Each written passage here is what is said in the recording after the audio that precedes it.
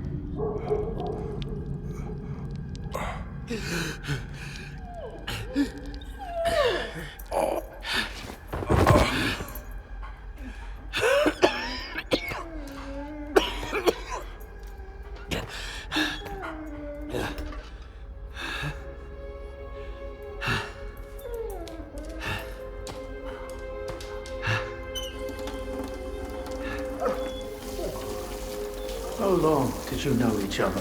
Not long. I met him on Wild Island, back when he was still human. He was someone who had everything taken away from him. His past, his ability to fight back, even his name.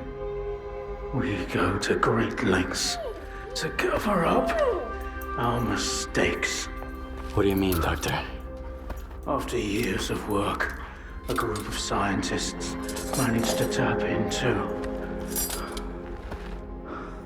the noosphere, the Earth's informational field, an achievement comparable at best to the conquest of space. It was a turning point not just for science, but for the fates of the human race. However, as with all people, each of my colleagues was truly interested in only one person: himself. They began to dream of worldwide fame, of laurels crowning their bald, shiny heads. Naturally, the truth couldn't come out about secret laboratories, brutal experiments, and other such dubious undertakings. It was out of the question. And so, they all got carried away with their dream of a perfect world. You know how the saying goes, great minds think alike, though fools seldom differ. And lo and behold, what do we have decades later? The Zone, in our image, after our likeness. You were there, right? For the Sea Consciousness Project? I was once as deluded as they were, with my doubts soon outweighed their confidence. And so when the experiment took place, one of the pods was left empty. The eighth one, or rather, the first, Dr. Kaimanov's pod. My pod. And so you've solved yet another mystery of the zone, Stalker. Perhaps the most unsettling one. Dr. Kaimanov. Pleased to meet you. There was an eighth pod. The human brain is too frail to handle a direct connection to the noosphere on its own. In order for it to work, we required 8 participants in pods filled with a specific solution. I was supposed to be in one of those pods, but I just couldn't bring myself to do it. Valentine reproached me for my lack of courage. But given how things turned out, I was actually too daring.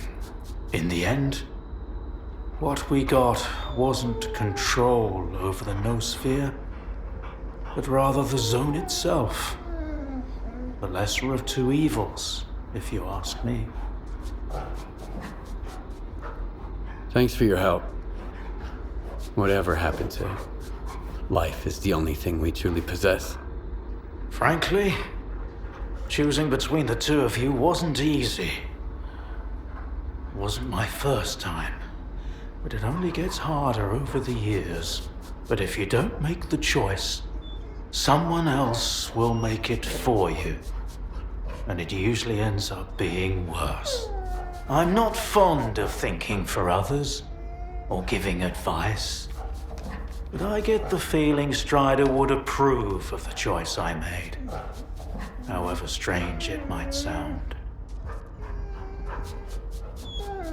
The scientists you mentioned see consciousness. They're still alive. No, that can't be. Strelok dealt with them back in 2012. I spoke to the representative through the visiograph in Malachite. They still exist in some kind of form he called subtle matter. Subtle matter? But that's impossible! That means it's still going on. Why did you refuse to get in the pod?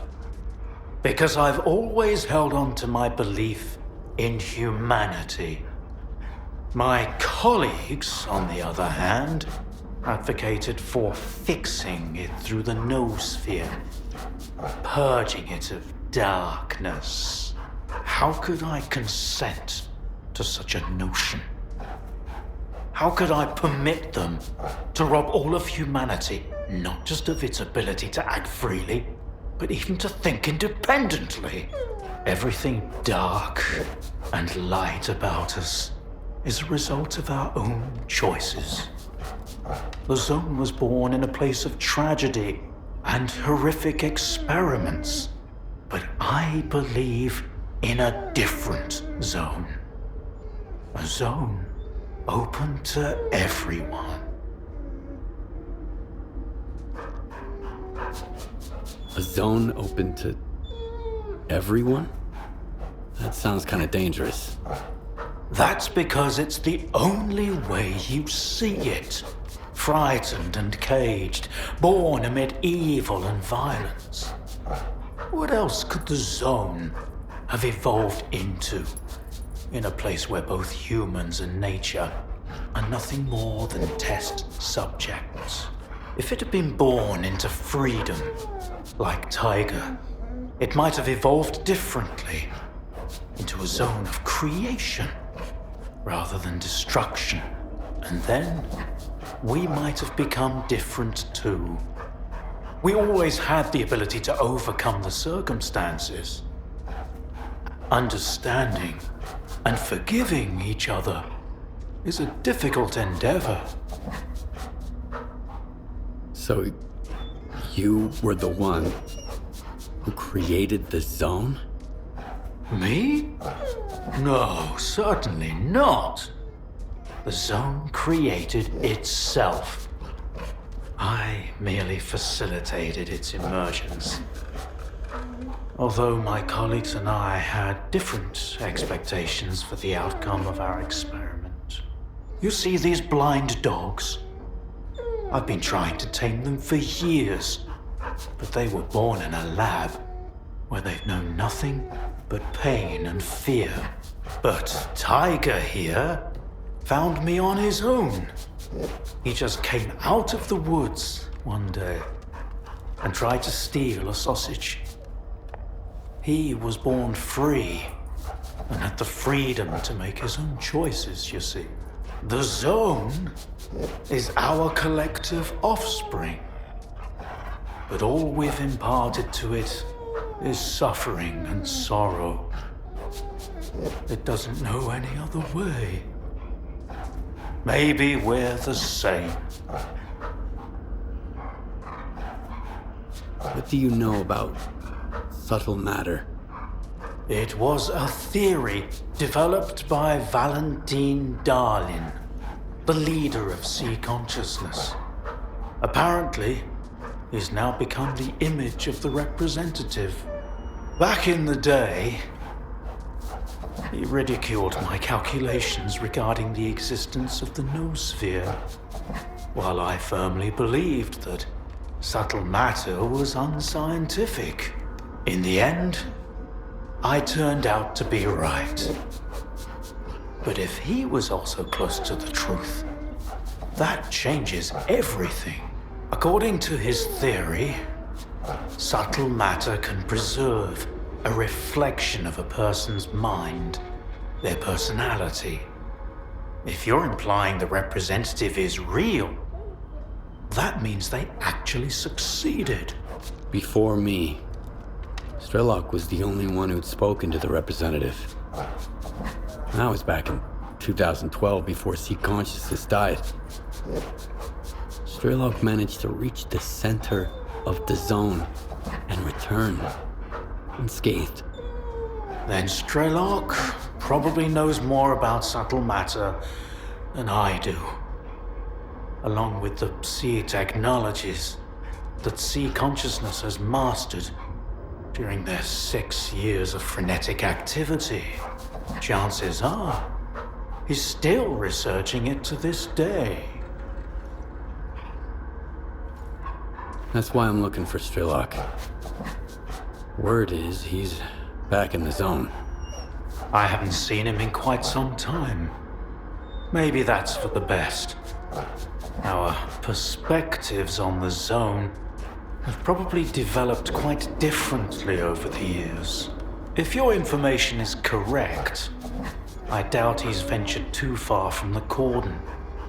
Men like him tend to develop a deep attachment to a place they regard as their own and refuse to let go. I want to find out if subtle matter is real. Things like this shouldn't be left to blind faith. The scientific method isn't just about the experiment. It's about being able to replicate it. And I happen to know how to test a few of my hunches. If only Valentine could see me now. Well, perhaps he can. We tried to connect to the noosphere as an experiment in the Orbita underground lab. Back then, I saw nothing like the afterlife.